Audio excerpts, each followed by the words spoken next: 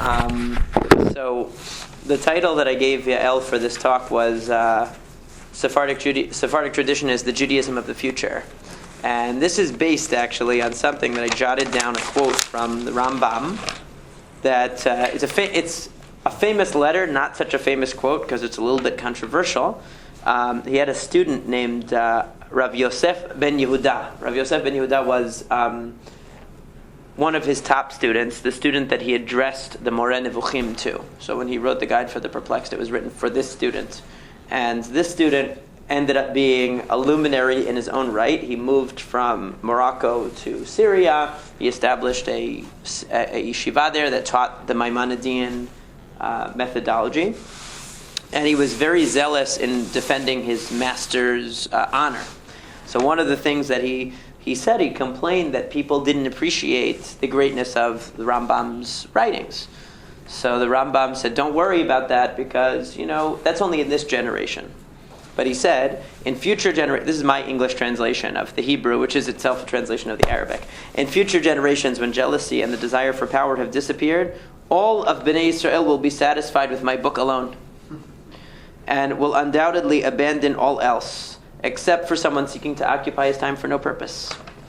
So some people dismiss that as hubris on the part of the Rambam, that he overestimated himself and felt that his book was what they were going to use in the times of Mashiach, but certainly he believed that. And one of the things that I wanted to talk about today with you guys and just point out to you, this isn't a matter of Sephardic pride. I'm going to apologize in advance for all the times that I probably offend all of the Ashkenazim here, or those of us who have Ashkenazi relatives, or my own mother, or my wife. Because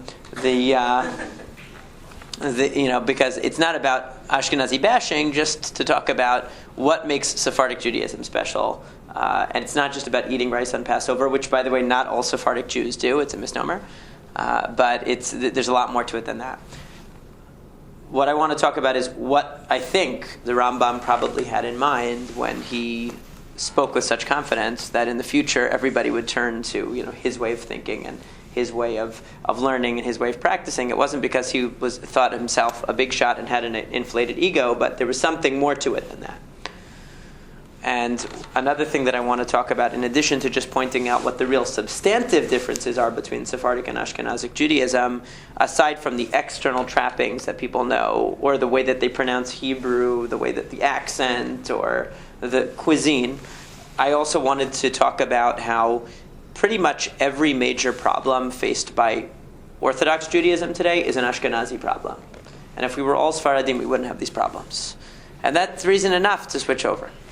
Not that I'm proselytizing today. I'm not here to proselytize. That's tomorrow. I'm not going to proselytize. I'm just going to point it out to you. And as we'll look at an array of, we don't have infinite time, but I hope to identify a number of problems or challenges facing the Jewish community today and highlight how they really come from these differences, these Sephardic and Ashkenazic difference, and how that would be, how it affects it. So, to begin with, you probably all know what a Sephardic Jew is, so I don't have to tell you that. I have Hebrew school students come and visit every year from different congregations in the area, and they need to learn what a Sephardic Jew is. I don't think I need to tell you that, but I think we all know that Sephardic is a broad category. It embraces people from lots of different countries, lots of different backgrounds. Not all of them are from Spain. Many of them are from the Middle East. What they do have in common is an intellectual tradition that goes back to the same source, which is the Babylonian source. The Sephardic Jews, their leaders, their intellectual leaders, their rabbinic leaders came from a direct line back to the Geonim of Babylonia, like Sadia Gaon and the ones who preceded him, who are in a direct line to the Talmud and the rabbis of the Talmud, as opposed to the rabbis of the Ashkenazic tradition who came from some other place. But the Sephardic, what makes Sephardic tradition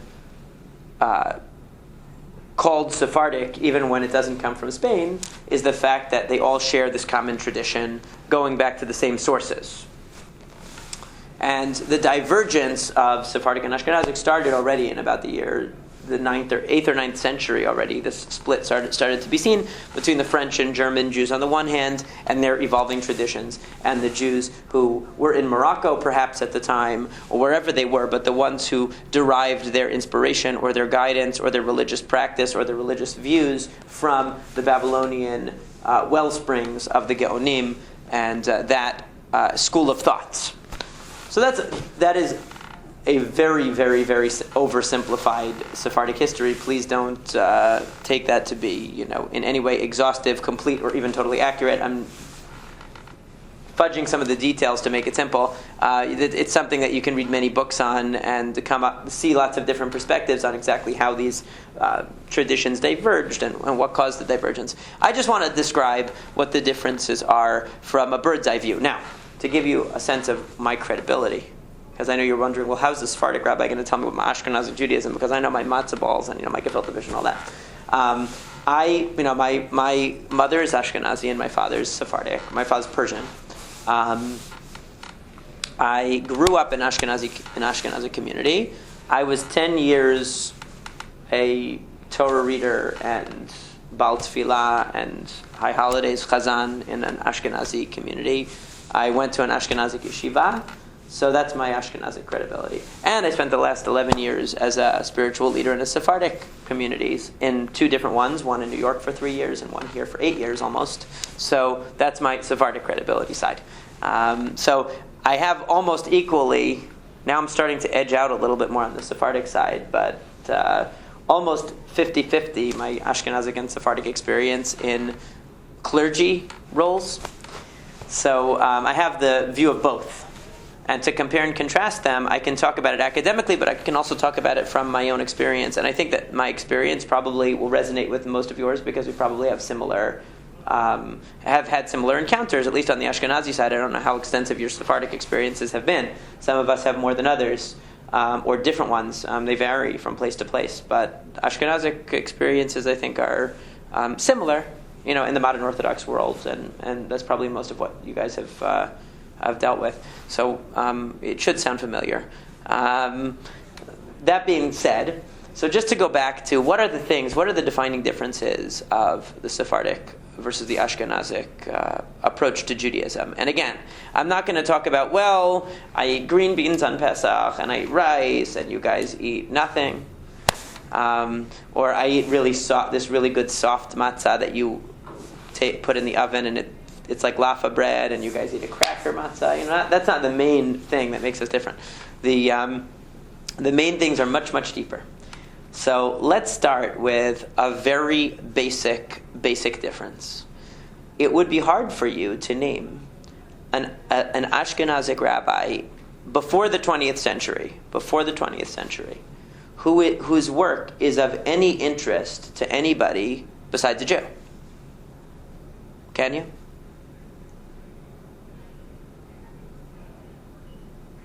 Well, we consider Nachmanides. He's totally Sephardic. The answer is there isn't one, but good try. No, there's no Ashkenazi rabbi before the 20th century. I'm specifically saying that because there were 20th century Ashkenazic rabbis who've influenced culture and had a much wider, broader impact and deeper impact. But before the 20th century, we have great luminaries, and we have Rabbi Akiva Eger, we have the Vilna Gaon, we have amazing Rashi and all the Balei Tosafot. Okay, all of these rabbis. You ask somebody on the street, who are these people? They've never heard of them ever. No academic is going to say, oh yeah, who's not? I'm not talking about a Judaic studies academic. Okay, nobody's heard of any of these guys. You ask them about Maimonides, everybody has heard of Maimonides. Okay, everybody's heard of him. Many people have even heard of Nachmanides. People who are in the philosophy field will have heard of Maimonides.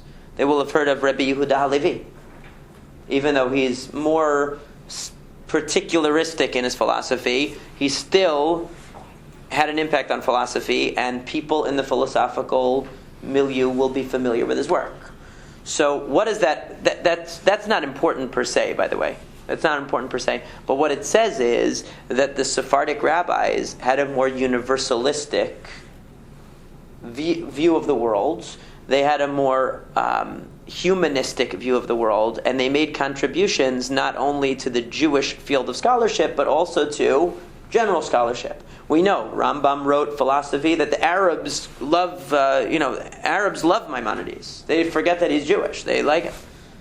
In his time, the medical field, saw Maimonides as a luminary. He was somebody that they looked up to. So these rabbis are rabbis that were recognized by scholars in other fields in their time as being people of substance, people of intellect. Now, I'm not saying that obviously the Vilna Gaon was a person of intellect and a person of substance, but his field of work didn't really have an impact beyond his limited involvement, which is the area of Judaics. Whereas the rabbis in the Sephardic tradition spoke about philosophy. Philosophy is something everybody's interested in. It doesn't matter what your religion is. You're talking about God, you're talking about the meaning of life, the creation of the world, divine providence, everybody will listen to you. They might not like what you have to say, but that's a topic that everybody was talking about. Thomas Aquinas quotes the Rambam. Does he quote Rashi? No. Does he quote Tosfos? No. He doesn't quote any of the Ashkenazi rabbis. He quotes, of course, he was. It's not because of where he lived in the world. It's because he was looking at general scholarship, and Maimonides was somebody who had an impact on general scholarship. So this is an important point to note, just because it immediately leads us to something else. That the Sephardic tradition has always been a big picture-oriented tradition, by which I mean that we produced poets and philosophers and scholars who looked to connect Judaism with a broader worldview, even with a general science. So today's 20th century, oh my God, what do we do with science, modern science and the Torah and all that? That's what the Sephardic rabbis were doing 1,000 years ago. Literally, I'm not exaggerating, like over 1,000 years ago, they were already doing that, where if you look in the Ashkenazic tradition, they didn't really deal with that because they weren't dealing with general scholarship. But the Sephardic rabbis were dealing with the world around them and the scholarship around them, and so they had to confront it and deal with it. Even the Seforno, who's in the Mikraot Gedolot, so if you have no Sephardic experience, you already do, because you open up your Chumash and you see Ibn Ezra, it's majority Sephardic, even in the Mikraot Gedolot Chumash, because it's Rashi, he's the only Ashkenazi, and Rashbam, they're the only ones. Then you have the Ramban, you have Ibn Ezra, you have Seforno. The Or HaChaim, they're all Sephardic. Okay, so these now they're from totally different eras, but even the Seforno, who's later relative to the Rambam, also wrote books directed at a general population and dealt with the Christian clergy in his day and trying to teach them about Judaism. So this reflects something about them, that they were interacting with a general intellectual culture. They were involved in a general pursuit of truth that went beyond Judaism. Judaism was a part of it. Now, if we contrast that with what the Ashkenazic focus was, now we can give sociological reasons for this. We can give cultural reasons for this. We can say, well, in the Sephardic world, the Jews were accepted more, which is true. Their words were regarded more, which is true. They were allowed an education more, which is true. All those things are true and could be part of it. In the Christian world, they were discriminated against, they were isolated, they were shut out, they weren't able to. And let's be honest, the Catholic Church didn't give anybody an education, let alone Jews. Okay, that's why they called it the Dark Ages. So it's not, it wasn't necessarily just Jews who were ignorant of general scholarship at that time. Aside from priests, pretty much everybody was. So what did the Jews do? They focused their scholarship on rabbinic texts. They focused their scholarship on Halakha. And we have some of the greatest halakhic works coming out of the Ashkenazi world. But most of the halakhic works coming out of the Ashkenazi world are commentary works. You have Rashi, you have Tosafot, you have the great commentaries on the Talmud. Not all of them, but many of them, possibly most of them, but at least many of them, are from Ashkenazic sources. The commentary, the running commentary type books that we have, almost all of them are Ashkenazi. The Sephardic Jews didn't produce as much of that kind of scholarship. So whatever the reason was for them isolating themselves from general study, the Ashkenazic rabbis and scholars and intellectual energy was invested in Talmud and Halakha. And the Sephardic mind was involved in everything. So they wrote poetry, they wrote biblical commentaries, Obviously, Rashi is the most famous biblical commentary, but that's just perhaps, because he's very popular. There are most of the commentaries on Tanakh are written by Sephardim. Hands down, there's not even a competition. Almost all of them are. If you look in the Navi, you have the Radak, Sephardic. I mean, you guys all probably had some background, I'm hoping, so you know who I'm talking about. But if you don't, if you consult with any Tanakh, you'll see that the commentaries that predominantly are Sephardic on the Tanakh. Just like the philosophical works, there is not one philosophical work written by an Ashkenazic rabbi before the 19th century that I can think of. There isn't even one. So in the area of philosophy, it's really dominated by Sephardim. In the area of Tanakh, it's really dominated by Sephardim. But Who's written by? Rabbi Yehuda Halevi, a good Spanish Jew. Yeah, and you will find that this is generally the case. It's almost inviolable rule. I mean, later on in history, like I'm saying, in the 19th century, after the Enlightenment, in the 1800s, you find more Ashkenazim getting into philosophical writing. But prior to that, really, you don't find that. This is important because this also fits in with another aspect of Sephardic culture. Sephardic culture is very holistic, and it's very. I don't want to sound like I'm a member of the Christian coalition, but I want to say Bible-based. Okay, it's a very textually based religion in the sense that Sephardic Jews knew Tanakh traditionally. They knew Tanakh very well, and their Judaism was a Tanakh-focused Judaism. It was based on original sources, Tanakh sources. People learned it, people studied it. They knew dikduk, they knew grammar, they knew how to read, they knew it by heart. This was a very, very common trend among Sephardim, to know the Tanakh by heart and to expect Judaism to grow out of the Tanakh, as opposed to the Ashkenazic world in which Torah or Halakha is very Talmudic. It's not very biblical. Okay, one is more poetic, literary. I don't want to use this word in the wrong way, but very real.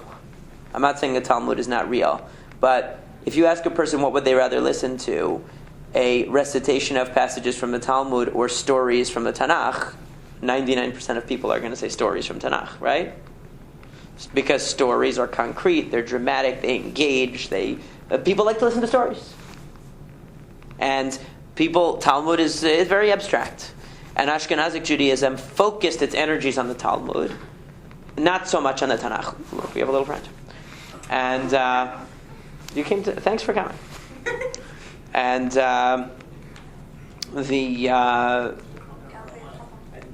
it's okay. He's just passing through. And anyway, the Sephardic Judaism focused very much on the Tanakh and on literature and poetry, and that was all much more a part of their world. So the reason why this is important is that in addition to just a matter of intellectual focus, that Sephardic Jews focused energy on Tanakh and were much more conversant in and familiar with Tanakh, and therefore generated poetry that kind of sounds like Tanakh, and wrote piyutim. If you open up the Machzor of Rosh Hashanah and Yom Kippur of a Sephardic Jew as opposed to an Ashkenazi, it's so different. If you open up the keynote of Tisha B'Av of the Ashkenazic versus the Sephardic, they're totally different. Because the Sephardic one is written in normal Hebrew, and it actually reads normally. It doesn't even require a commentary to understand what it means. Whereas we know that keynotes have to come with a long commentary because nobody understands what they're saying.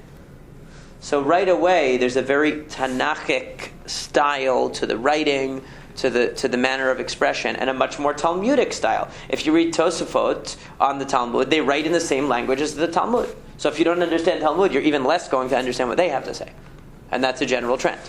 So this is significant, not just because of style and not just because of focus, but for another reason. That the conclusions or the outcomes of this kind of these divergent methods are very different as well. That among Sephardic Jews, there's an expectation that halakha is going to fit with normal life. It's somehow going to fit with normal life. It's going to make sense in a normal, natural life context. as opposed to in the Ashkenazic world, where one of the most common questions I get asked is, why are Ashkenazic rabbis and congregations so rigid? And Sephardic congregations seem much more fluid and more relaxed. Ashkenazi people ask me that, not Sephardic people. Because Sephardic people never went to an Ashkenazi congregation. But the Ashkenazim come and they ask me, Rabbi, why is it, I'm telling you the truth, they said, why is it that they're so rigid on everything? And it seems very rigid. And the Sephardic, it's like everyone's either religious people, the not so religious, they're all like laid back and kind of cool with everything. Why is that? So I said to them, I think the reason is because in the Ashkenazic world, you need to make an effort to follow the religion because it's very abstract rules. It's thought of as something. To use a reference that hopefully you'll understand because you're university students and all university students are very well read and very literate and educated. In the Plato, to use a reference from Plato, the Ashkenazic Judaism exists in the world of the Platonic forms. It is very abstract. It is very otherworldly. There are formulas that you have to follow. If you want to know how much matzah to eat on Pesach, what do you need to do? Break out your sheet and start measuring it. Right? Didn't you do that? Or get your scale and weigh it? That's what they do. What does the Talmud actually say? Eat the size of an olive. Now, every good Sephardic boy knows what an olive looks like. And it doesn't look anything like that sheet. So that's very much the style. Or now this goes in. Now, Sephardic Judaism is also, because it's very big picture based. It focused on Tanakh. It focused on philosophy. Halakha was just one part of the curriculum. It wasn't the be all and end all. Like in the Tosafistic world, in the Ashkenazic world, the Talmud was everything. So what they did was they generated more Talmud. The Tosafot is like another Talmud, and the commentaries on the Tosafot are like another Talmud, and there's more Talmud and more Talmud. Whereas the Sephardic world was interested in codification. Have you ever noticed? Those of you who are familiar with a little bit of the history of rabbinic literature know that every few generations a Sephardic rabbi rose up to try to simplify Judaism again. So the first one to do it was the Rif, Rabbi Yitzchak Alfasi, who lived in the 10th century and came along and said, the Talmud is too long. The Talmud is too long.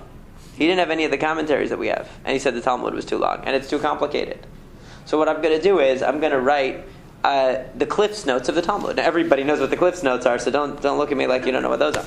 What do they have now? Spark Notes or something, right? Something else? I don't know about that. But the Cliff's Notes of the Talmud that just summarize what are the conclusions, what do you need to know. Anything distracting, we're going to cut it out. And he made the Rif. Of course, what did they do to him? What did they do to the Rif? They wrote 500 commentaries on it, just to make sure he didn't achieve his objective. Fast forward a couple of generations, and you have Maimonides. The Rambam gets up and says, listen, Judaism, too complicated, too sprawling. Nobody knows what are the fundamentals, what are the essential things, what are the building blocks, what is the trunk and what are the branches, what are the essential principles and what are the details. It's just a gobbledygook. And even the Rif's code follows the Talmud. And what does the Talmud follow? The principle of free association. It's all over the place. It's all over the place. Try following it. Anyone who's ever gone, has anyone here ever not been never heard Talmud before at all? Or has everyone at least heard a little bit? If you've ever heard at least a little bit, if you haven't, just go online. They've got 1 million classes on it. Listen, and you'll see it's all over the place. It goes from topic to topic. Very free associative. If you wanted to give somebody a textbook from which to learn, what does it mean to be a Jew? You would not give them the Talmud. You would not. It's way too complicated. It's way too hard to understand. It's all over the place. It doesn't give you a comprehensive view. It doesn't give you anything remotely resembling a textbook. So the Maimonides said, what we need is not a simplification, a paring down of the Talmud. What we actually need is a new book. And the new book is going to be called Mishneh Torah, which is Rambam's book. And I am going to start from scratch. I'm going to start from what are the fundamentals of Judaism, what are the most important mitzvot, explain each mitzvah, put each mitzvah in its proper context, in the framework of a religious life. And I'm going to take from the Talmudic sources, and I'm going to take from the sources of Tanakh, but I'm going to presuppose that you know the Tanakh already, because I'm not here to be your kindergarten teacher. You know the Tanakh already. I'm just going to tell you everything you need to know besides the Tanakh. But I'm going to put it in a format not like the Talmud that's all over the place, but that starts you with this is the basic, this is step 2, this is step 3, and so on. So the Rambam said, and this is all you're going to need. You're not going to need anything else besides this. What happened? 500 commentaries written on there. People argued with him. People disputed him. Along comes Rav Yosef Karo in the 16th century, a few hundred years later. He says, there are too many opinions in Judaism. Actually, there was one more step between that, which was the Tur.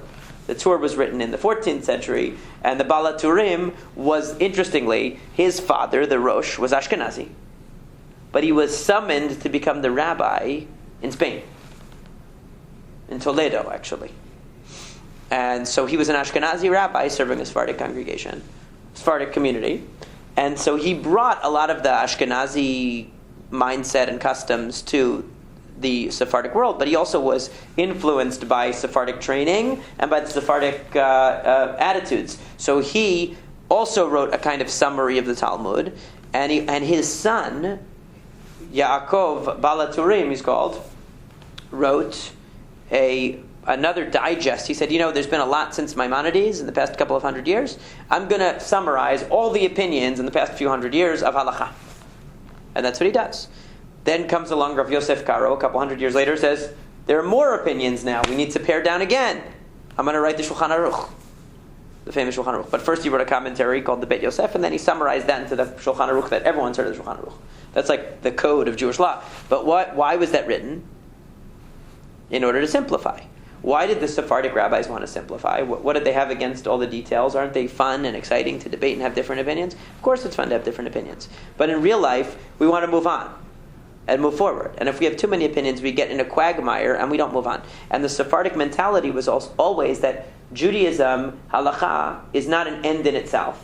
It's a means to an end. It's a means to living a religious, contemplative, deep, meaningful life. And if you focus too much on the details of exactly how many square inches is a kazayit, and how many this, and there are 5,000 opinions of how to wear tzitzit, so I need at least 40,000 pairs of tzitzit, and all of that, then you're going to end up with a gobbledygook of different halachic opinions, and you're going to spend your life trying to work out different halachic views and analyze different halachic points, and you're never going to move forward to a life of actually thinking about God, which is what it's all supposed to be about. Maimonides in the Moreh Nevuchim at the end talks about this, which is interesting because he lived before all that we have. He lived 900 years ago.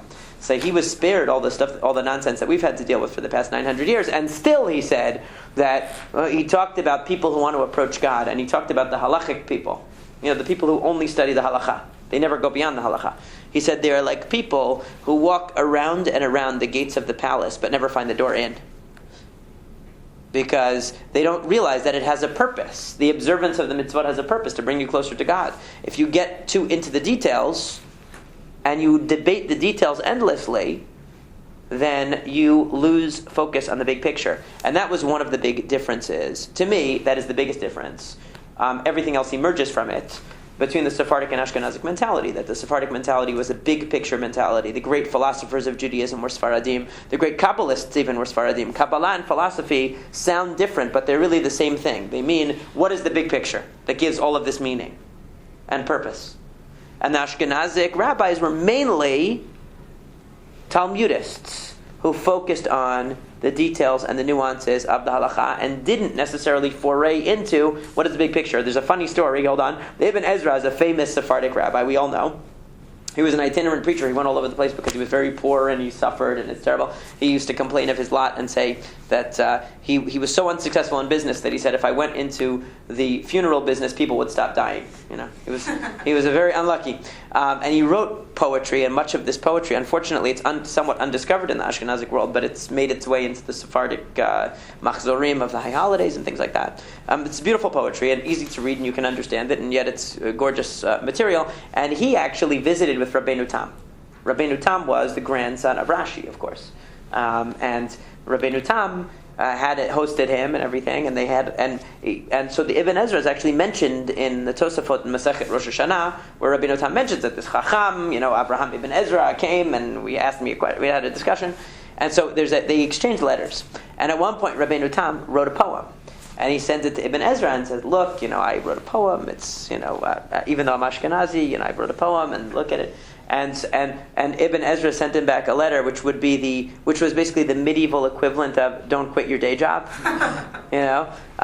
saying like leave it to us to write the poetry. You're not there yet. So there was definitely a difference in literary ability. Another funny thing, and again, don't take offense to this, Ashkenazic members of the group.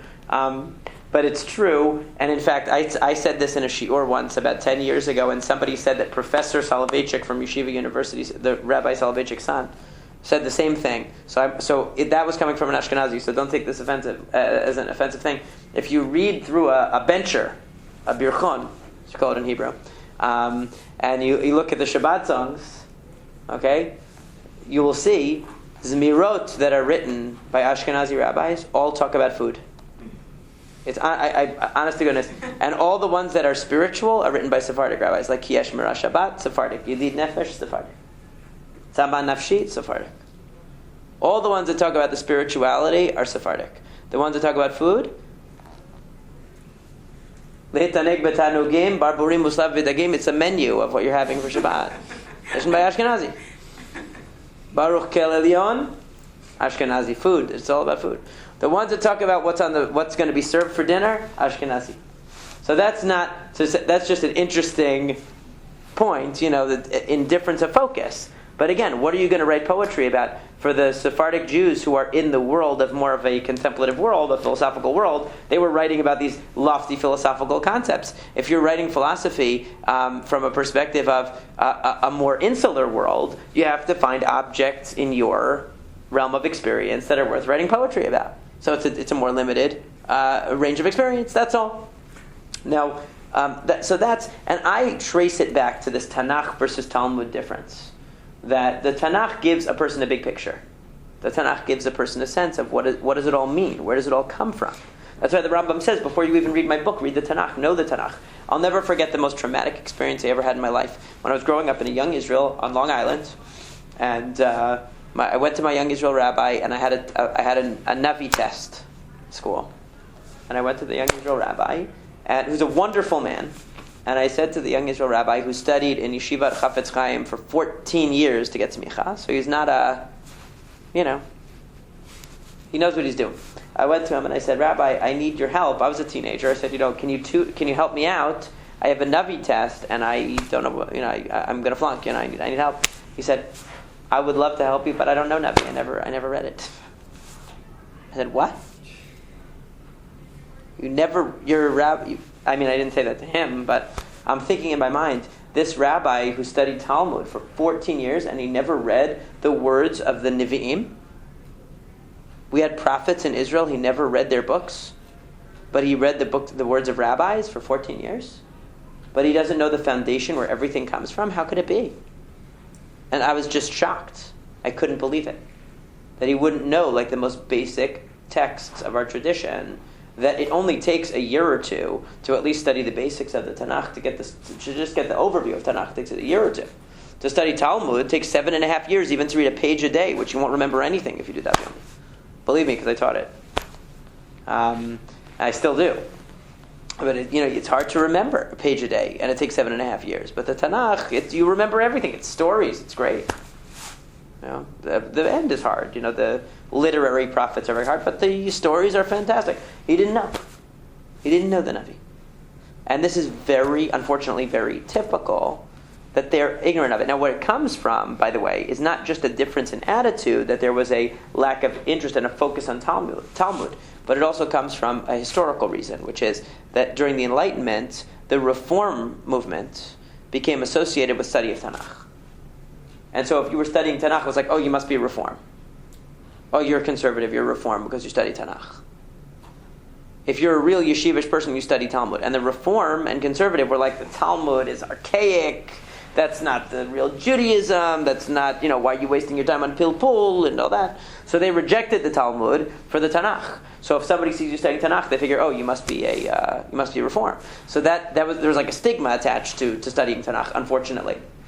And so people lose a grounding in Tanakh. They lose a grounding. They don't know the stories. They don't know the basis of our religion. The grounding of it, and that is a big problem. It's a big issue. And from this really comes this big picture, because if you don't have that anchor in Tanakh, you don't see a big picture. You don't see the prophetic picture of what is Judaism all about, and how did it start, and where is it going, and how the mitzvot come out of a panoramic view of the meaning of life. You don't have that. So if you don't have that, you're going to have to make something out of the halakha itself. Internally, you're going to have to make something out of it. And the only way you can make things out of it is by expanding it, by increasing it, by proliferating it. And this explains another thing, the difference between Sephardic and Ashkenazic, which many people think of, Sephardic Judaism is much more liberal, right? It's usually true. The reason why it's usually true is not because our Judaism is more liberal, it's because we didn't add anything. We never added anything. Because the Sephardic rabbis were never interested in adding. They were very conservative. Just like they wanted to limit. Anything you limit, by the way, in life is a means to an end. Anything unlimited is an end in itself, right? But anything you limit, like eating, we don't eat endlessly because we realize that will kill you. Eating is in order to live, right? We don't do any activity which is of limited utility, which is for a higher purpose, infinitely. We do it in a limited way. So that's exactly what the Sephardic people thought of in terms of halakha. Why should we increase the amount of halachot that we have? Why should we increase the rules? They were very conservative. They tried to keep things the old style, simple, plain. Most of the stringencies that we associate with Ashkenazic Judaism are added stringencies that came later. Like not eating rice on Passover, for instance, is the most common example. But there were many other ones. Or, for instance, leniencies that the Ashkenazim invented based on reasoning that is very creative. That to a Sephardic person would be like, that doesn't make any sense, for example. And I'm not trying to throw anybody under the bus here. Don't hate me. Don't never talk to me again after I say this. But the idea of an eruv, okay? The idea of an eruv is based on the following reasoning. And you tell me if this reasoning makes sense. I'm not going to. It makes sense, but you tell me if it makes sense. You understand the difference? All right? Here's what the Talmud says. That if you have a wall, and the wall is breached up to a size of approximately 30 feet, breach, you can fix it by putting the frame of a door. In other words, it's a big hole in the wall. So what you do is you put a pole here, a pole here, a pole on top. And you have a doorway. You turned a hole in the wall into a doorway. Very nice. Good. So the Ashkenazi rabbi said, we have a gewaldike chiddush. Did you like my Yiddish? I know a bissel Yiddish. Yeah. So we have a great idea. We're gonna do something really creative here. Imagine a wall made entirely of doorways. Does it make sense? Perfect sense, right? You would make a house entirely of doorways, wouldn't you? And you would sleep in it at night, and you would leave all your valuable possessions in it at night, right? Because it's perfectly secure, right? Because it's all doorways with no solid wall, right? That's what they said. They said, well, if a doorway is really, fixes a breach in a wall, that means a doorway is like a wall, right? There's no difference between solid and doorway. So why don't we just do this? Well, there are telephone poles, right? Now, they didn't have that in the times of Tosafot, obviously, for obvious reasons. But now, what do? Oh, well, look at a telephone pole. It's a pole like this, and a pole like this, and a line going over it. It's a doorway. So guess what? We have doorways all around our town. Doorways equal walls, according to the equation. Therefore, our city is enclosed. Therefore, our city is entirely a private domain, and we can carry it on Shabbat. Makes perfect sense, right? It makes perfect sense in a mathematical world where formulas are real. But a Sephardic person looks at that and says, wait a second. Yes, when the doors open in my house, I don't say, oh my God, the wall fell off and it's breached. Because it's a doorway. It's part of a structure. But if I just had a doorway, I wouldn't really be satisfied with that as a house. That's not a real enclosure. As part of a wall, perhaps, but not as a wall itself. And so this is like the kind of realism, I would say, that there is like a certain realism in Sephardic Judaism. There's a realism to it. We look at things as they are, and because it's very concrete. In other words, if you're raised in thinking that halakha is basically formulaic. It's formula. So I'll give you another example. From Tosfos also. Right? What does he say? says Sudash Lishit. You have 3 meals. Shalashudas on Shabbos. So he says, very simple. You have a problem that let's say Erev Pesach falls out. Erev Pesach falls out on a Saturday. So what are you going to do in the afternoon? You can't eat matzah. You can't eat bread. What do? So he says, no problem. It says you have to have 3 meals, right? So just have 2 breakfasts. What's the big deal? Just have a nighttime meal, and in the morning eat, say Birkat Hamazon, take a walk, come back, say, and have another meal. What's the problem? So the Rambam, the Sephardi, says when Erev Pesach is Shabbat, there's no Sudash Lishit. Why? Because he says Sudash Lishit is an organic thing. There's a morning meal and there's an evening meal. It's not just a number. Oh, I hit 3 meals, I'm good. So in other words, there's a mathematical nature to the way that the Ashkenazim developed halakha, as opposed to a more organic, natural flow of halakha that is the Sephardic style. Okay? Now, and the same is true for many of the other, both leniencies and stringencies that Ashkenazim have developed, such as defining an olive as approximately 15 times the actual size of any known olive, or whatever it is, 5 or 6 or 8 times any known olive size. So because it's kind of well known that the reason why they did that was because nobody in Europe had ever seen an olive before. So they tried to infer from the text of the Talmud what the size of an olive must be, because it's clearly at least it's a third of an egg, or it's less than an egg, it's less than half of an egg, it's less than a third of an egg.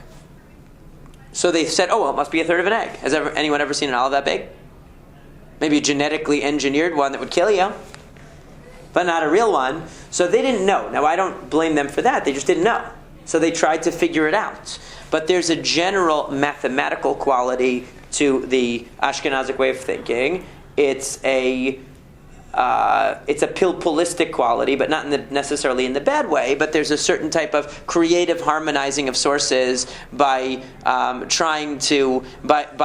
introducing formulas that seem very sensible but are not intuitive. They're not intuitive. Whereas the Sephardic halakha, because it's based in Tanakh, because it's based on an intuitive view of the world, a sense of the real world and stories and purpose and concrete real things.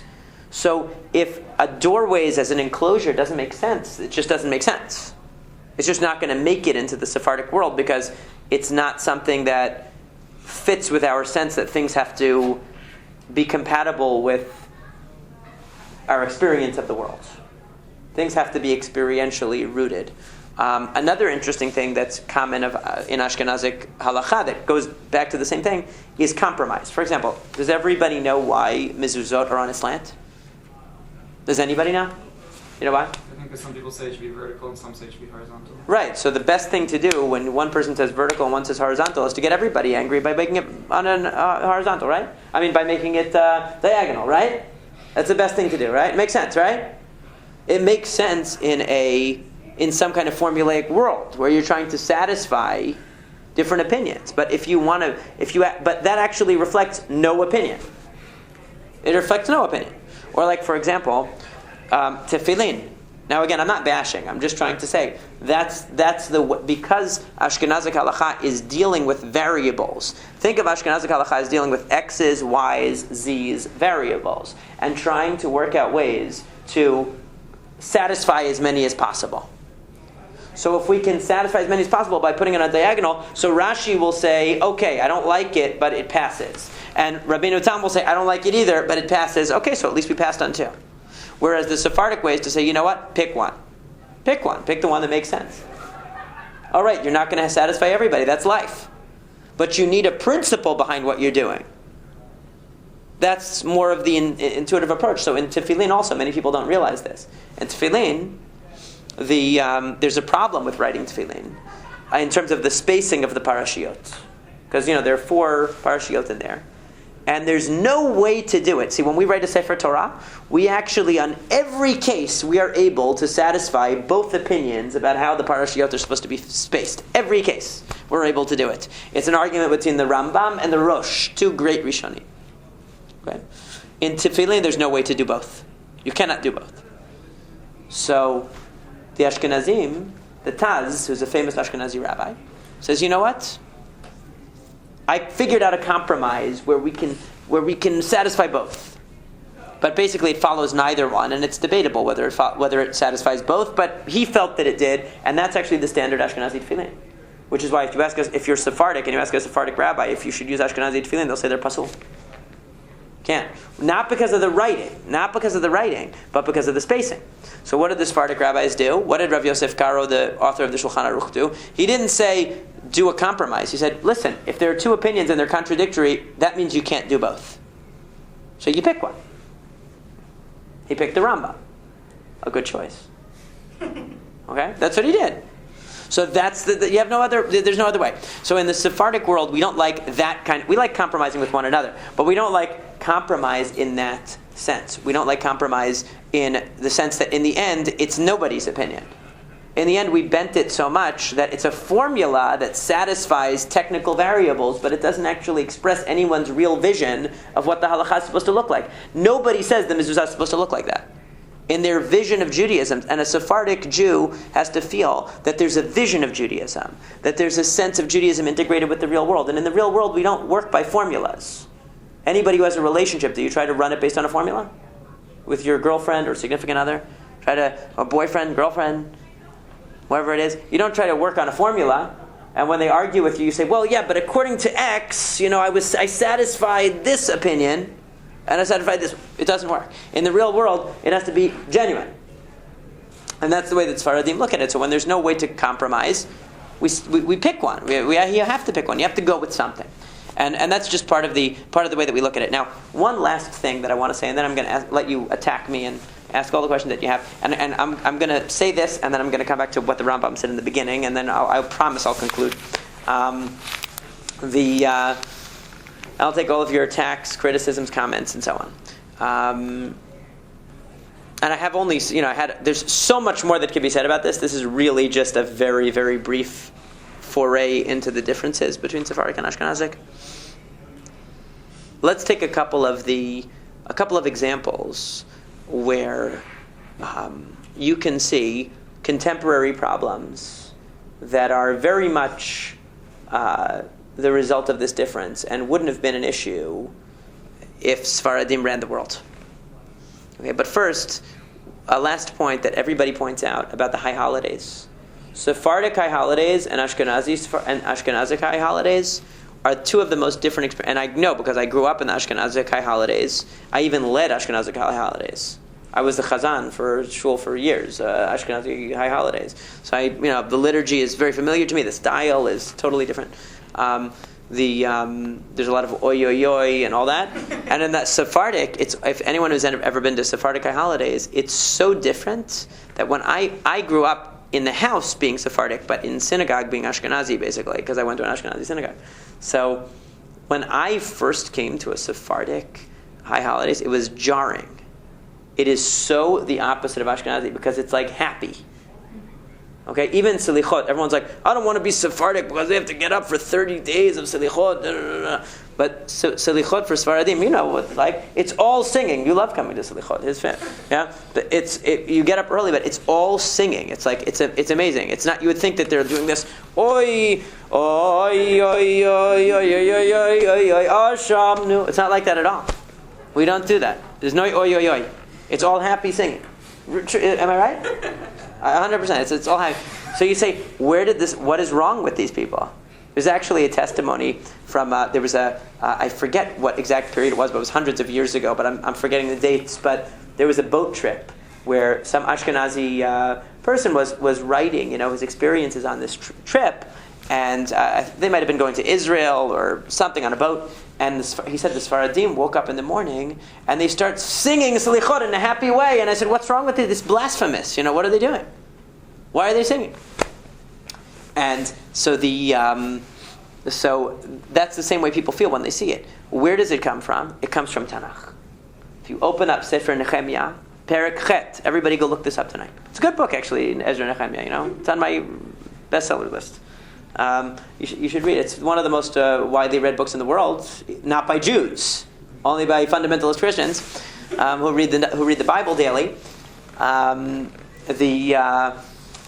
The book of Nehemiah, everybody's crying on Rosh Hashanah when they hear the Torah read. And Ezra says to them, it's a happy day. Celebrate, eat, drink, rejoice with your friends, share your food, have a good time. Why are you crying? So anybody who knows Tanakh and they think of Rosh Hashanah, are they going to think of oy, oy, oy, oy, oy? No. They're going to think of joy, happiness. It's a happy day. And that's the way that Sephardim have integrated into their prayers, as a happy day. Now, I'm not saying that Ashkenazim don't have happiness on Rosh Hashanah. They also eat and drink and have a good time. But the prayers are much more solemn. There's much more of a solemn feeling to the tone of the prayer in an Ashkenazic setting than in a Sephardic. And it comes from this connection to the idea of Rosh Hashanah as a joyous time. And it comes from Tanakh. But now I just wanted to take some contemporary issues. And I would identify just a few of them that I think are worth noting. One is we've heard a lot recently in the news about this Moroccan girl. Did everybody hear about the Moroccan girl in Israel who was singing? She got thrown out of school. Did everybody hear about this girl? We have to look it up. Go and take a look.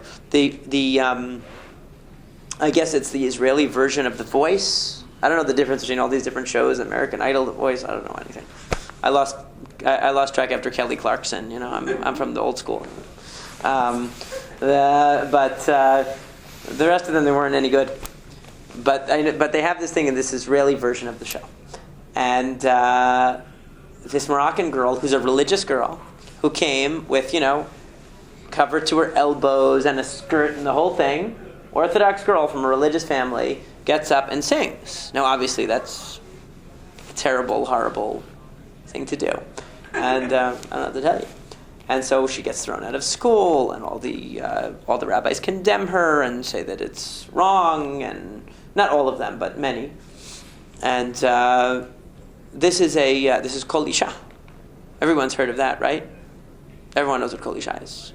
You're not supposed to hear a woman sing, right?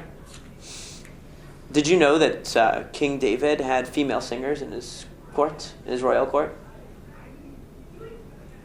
Anybody who read a book called The Book of Samuel would know that.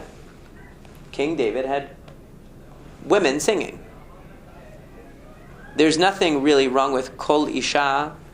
That's why Sephardim have a really hard time wrapping their heads around some of these concepts that everybody knows that even 100 or 150 years ago, even the Ashkenazi rabbis all went to the opera. But now, even for a girl to sing something totally benign, even to sing Zmirot at the table on Shabbat, make sure that there are men singing too, because if it's not blended in, then it's totally prohibited. It says in the Talmud that a woman can read the Torah, but the rabbi said not to do it because it's not respectful to the community. So, in Orthodox congregations, including Sephardic ones, we don't do that. But Chacham Ovadia Yosef says, you see from this that a woman chanting the Torah, even with the Ta'amim, is not Kol Isha. Because Kol Isha is only when a woman, salacious type of singing. Okay? You can't go to a Britney Spears concert if she's really singing. I'm not sure. That type of singing we can understand. It's seductive. It's meant to evoke a certain response beyond aesthetic enjoyment. We recognize that. But for somebody to go and listen to somebody sing some beautiful, innocent song, where is the halakha that says you can't do that? David HaMelech had that. How do we know David HaMelech had that? Because there's a story in the book of Shmuel when David HaMelech is restored to his kingdom, and he had a friend. His name was Barzillai Giladi. Barzillai Giladi helped him while he was on the run from his son Avshalom. Everybody knows that Avshalom tried to rebel against his father David. Okay, so when David comes back, he tells Barzillai, "Come with me. I want you to live in my court. I want you to eat at my table." And Barzillai says, "I'm an old man. I can't enjoy female singers and male singers anymore. I can't hear anymore. So why didn't David HaMelech say, Chas v'shalom, what do you mean female singers? I'm not going to write that. Please, Shmuel, don't write that in the Navi. It makes me look bad. That I had female singers, God forbid. Nobody will leave my house. He doesn't say that. That's what they would say today, right? So, Tanakh goes a long way. Now, let's take another issue. The conversion issue. The huge issue in Israel. Conversion, if you read Tanakh, the big issue between Sfaradim and Ashkenazim on conversion is, what is the essence of conversion? What is the essence of it? Is the essence of conversion that you're joining the Jewish people, but as a member of the Jewish people, you're obligated in all the commandments and all the laws of Judaism, just like every other Jew? Or is the essence of conversion the formulaic acceptance of the commandments? And going to the mikveh and all that is just a symbolic action of finishing off what really is essentially a mental declaration. That's really the dispute. And the Sephardic rabbis, the Rambam, and those in his school say that becoming a Jew is primarily changing your status from being a member of another nation to being a member of the Jewish people. Now it happens to come along with that you're obligated in all the commandments. And it should be that the Bet Din that's going to witness your joining the Jewish people should make sure that you're a decent person, because God knows we have plenty of bad people and we don't need any more. Right? So they should be gatekeepers. But at the end of the day, the Rambam says, if a non-Jew says, I want to become a Jew, and jumps into the mikveh in front of 3 qualified rabbis or witnesses who are standing there, they're a Jew. And that's it. The Talmud tells stories about non-Jews coming to Hillel and Shammai. These are very famous stories where Shammai chases them away and Hillel immediately converts them and then teaches them. What happened to the 2-year conversion program? What happened to the 3-year conversion program? Isn't it invalid since the person wasn't a fully committed Jew before they did the conversion? Apparently, the rabbis of the Talmud didn't subscribe to that idea, but that was because the rabbis of the Talmud didn't know anything, and the rabbis today know everything. Right? So it's obviously. Yeah, because they also didn't know that an olive was 6 miles long. So this being the case, so this is a big issue. So the Ashkenazim are always worried, because since the Ashkenazic view of what a conversion is its acceptance of the commandments, how do I know if you, Yael, converted? Which you didn't, but if you did, how do I know it's really genuine? How can I know what's going on in your mind? You said you accepted the religion, but then what if 10 years down the road I see that you ate something that didn't have 17 hechshers on it? Maybe you're never really meant to be religious. Am I right? Shouldn't we suspect her? Of course. Right? It's invalid. You're not Jewish. Your kids are not Jewish. Your grandchildren are not Jewish. The entire line is not Jewish. And you're all suspect. That's what they're doing in Israel now. I'm not even exaggerating. A woman doesn't wear a proper sheitel? Obviously, she never really converted properly, even though the conversion was 20 years ago. Her children are not Jewish. Her grandchildren are not Jewish. Her great-grandchildren might not be Jewish. This is what they're doing. Now, in the Sephardic world, such a thing just doesn't... Now, and again, where is our idea of conversion coming from? It's coming from the Tanakh. When Ruth becomes a Jew, does it talk about how she spent 6 years studying under the tutelage of a bunch of rabbis and then finally accepted Judaism? No. She came over, she said, I want to be a Jew. She joined the Jewish people. That was it. What is a ger called? A ger means a stranger who lives in your land. It means somebody who becomes a citizen of your people. Now it happens to be that being a citizen of the Jewish people means you're obligated in 613 commandments and all the rest. That's true. But essentially, it's about citizenship. Essentially, it's about joining the group, joining the fold. And what comes along with that. It's not about necessarily a formulaic acceptance of commandments. I'll even give you another proof. The Talmud says in the 7th parak of Masechet Shabbat that a convert who didn't know it talks about a person who never heard of Shabbat before. They never heard of the concept of Shabbat, and therefore they violated Shabbat many, many, many, many times. How many liabilities do they have for violating Shabbat 1,000 times if they just never knew that there existed such a thing as Shabbat? And so the Talmud asks, who doesn't know the existence of Shabbat? Who never heard of Shabbat in their life? What kind of person is that? So it says, well, it must be a ger shenitgayer ben anochrim.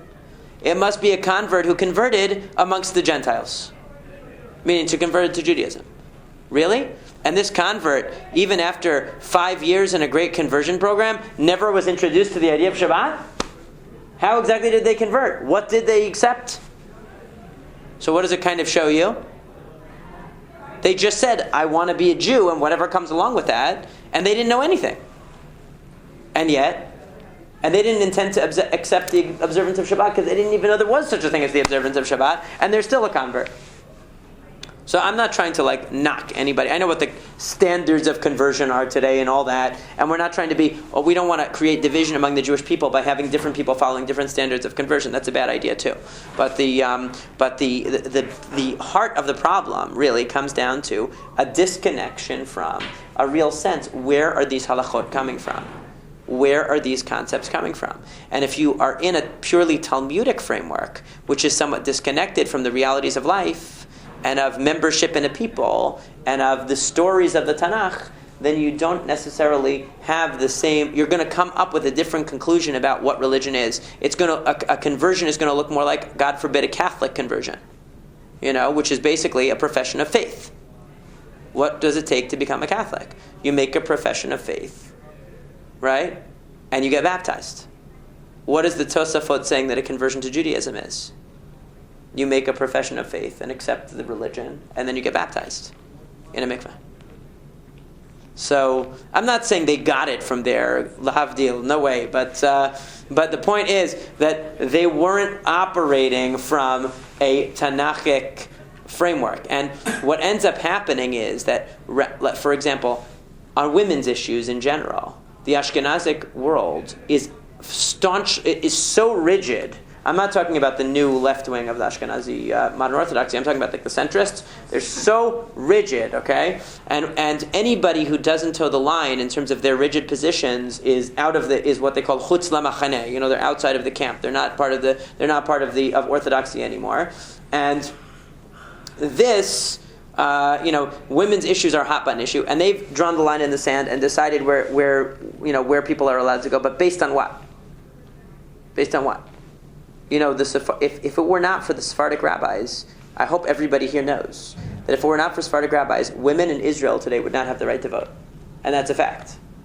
Because the Knesset asked Rav Kook, the chief Ashkenazi rabbi, for whom I have great respect, and I don't mean to knock him, and the chief Sephardic rabbi at the time, Rav Uziel, can a woman vote? And guess what the Ashkenazi rabbi said? I don't have to tell you. You already know, otherwise I wouldn't be bringing it up, right? He said, absolutely not. That's called srara, that's called exerting political influence is prohibited. And the famous Nechama Leibowitz, for whom I also have a tremendous amount of respect, who was so religious, even though she was a great scholar, and I hope all of you have heard of her, and if you don't, you must learn about Nechama Leibowitz, because she was a fantastic person. That's Yeshayahu Leibowitz that your dad loves so much, it's his sister. She refused to vote in the election because she said that the chief rabbi said it's not allowed, even though she was a brilliant scholar. And the chief Sephardic rabbi said not only can women vote, they can be in positions of government leadership, they can be the prime minister, a woman can be a judge. This all came from the Sephardic rabbi. Now there's an irony to it, because Sephardic culture is extremely conservative. I mean with a small c. Extremely conservative in the sense that women are not interested in doing any of those things, right? They're not progressive. They're very traditional. They're very folksy and traditional. They're not interested. But the rabbis are very bold. And in the Ashkenazi community, you have exactly the opposite. You have these very formulaic rabbis who... Has anybody ever read Aristophanes before? Probably not. But maybe when you're in graduate school. Anyway, he has a play where he makes fun of Socrates as staring at the clouds or staring at things and having these bizarre speculations. So they have these rabbis who are in their own halachic universe, in their own worlds, and they have women clamoring for more participation, and nope, because the formula is exactly on a right angle here, it can't be moved. So the Sephardic rabbis, who are very open-minded, don't have a constituency for it, and the Ashkenazi rabbis, who are very rigid, have a constituency that want it. And so what ends up happening is that these very liberal Ashkenazi rabbis from the modern Orthodoxy are rediscovering all of these Sephardic rabbis who are really liberal. like Rav Misas and Rav Uziel, and they love them because they're so liberal. Okay, and they have all these liberal positions. But it comes out of a different perspective. It comes out of a perspective of let's go back to the original sources without all the additional weight of what's accrued to Judaism over the past several hundred years. So when I came out and said about, I don't know how many years ago, got up and said that, there's nothing wrong with a woman being a poseket halakha. Devorah HaNeviah was a poseket halakha. The entire Jewish people went to Devorah to ask halachic questions. The Tosfos says, no, it must have been that they just asked her and then the male rabbis told them what to do. What? Where does it say that? Right? But they decided that it's impossible that Devorah could have really been a judge. She couldn't have really decided matters of halakha. So therefore we must say that it must be that she stood in the back and whispered to the rabbis what to say, and then the rabbis said what the halakha was. Does it really say that? She was sitting under a tree. Where were the rabbis hiding? If you just read, you see that that's not the case. So I was slammed for it and attacked for it, and all the Haredi press dissed me big time over my position on women. And yet one of the rabbis who said this, who persecuted me and still persecutes me because I had a liberal view about women and I thought that a woman could be a poseket halakha, decided that in his book he writes that if a non-Jew believes in the Trinity, it's okay. So basically, belief in Jesus is okay, but belief that a woman could be a poseket halakha is not okay. Now, don't get me wrong, but that sounds a little backwards to me. I know that it's blasphemous during Holy Week, and it's Monday, Thursday today, and Good Friday tomorrow. But Jesus is not for us. I think we can all agree on that. As Jews, we are not into Jesus. The Trinity is not okay. It's a serious. Now, the Rambam would say somebody who believes something wrong about God, believes in the Trinity, you're calling that okay, but you're calling having a different opinion about whether a woman, which is based in Tanakh, about what a woman's allowed to do, that's not okay. This is exactly the problem. He would say, this is exactly what I was talking about, why the world needs my book. Okay? Because if you read my book, you would see that the first halakha is about the nature of God and what we believe about God. Okay? And if you're interested in fictional literature and reading the New Testament, it's not even a good choice. It's pretty boring. Who wants to read the same story 4 times? They have 4 Gospels saying the same story. At least in our 24 books, it's a different story. Each one of the books. For the most part. They have 4 Gospels, and you only really need 2 to get the full story. You don't need the whole thing. The point is that in a world where minutia of halakha are the overwhelming emphasis in the religious life of the people, a lot of mistakes are made, and people put the cart before the horse. They elevate a detail to the status of the defining factor of orthodoxy, and they take something which is really the defining factor of Judaism, and they say, well, Trinity, unity, well, we can see 2 ways to go on that. And this is exactly the kind of problem that the Rambam was talking about. So, just to conclude, what the Rambam meant in his quote was that he understood that really what Jews need is a sense of grounding. They need a sense of grounding in the Tanakh. They need a sense of grounding in real life and the real world. They need a sense of grounding in where the mitzvot fit into a meaningful life. Not an endless pilpul on details of halakha, but a sense of how do these mitzvot make my life better? What do they teach me? What does kashrut teach me about what eating means? What does family purity teach me about what sexuality means? What does Shabbat teach me about who I am and what work is and what work isn't, and what that work is for a purpose and there's something higher than work. I have to stop working and reflect on God's handiwork. How do all these things fit into a meaningful framework? And can I get away from an inundation in pilpulistic details and debates about the minutiae, and really be able to see a panoramic, beautiful Judaism that's very relevant and very tolerant and very open. It's not open and tolerant because it's liberal necessarily, because like I said, sometimes it's more strict. But it's genuine and authentic, and it speaks to a person. Like when you say to somebody, oh yeah, on Pesach, you're not allowed to own chametz. So what I did was I put it in a cabinet and I gave a form to the rabbi. Does that really work? So basically, if the feds knock on my door and I have like an entire cabinet of marijuana, and I say to them, no, I don't own this marijuana because look, I gave a paper to the rabbi. He sold it to a non-Jew who doesn't know me, doesn't know where I live, doesn't have a key to my house, and will never use it. Convincing? You decide. Now, can I take any questions? I know that you're itching to... I'm fine. It's kind of, it's kind of late if people want to go. Okay. If anybody has any questions, you're welcome to stick around and ask them. And I don't want to hold anybody up, but...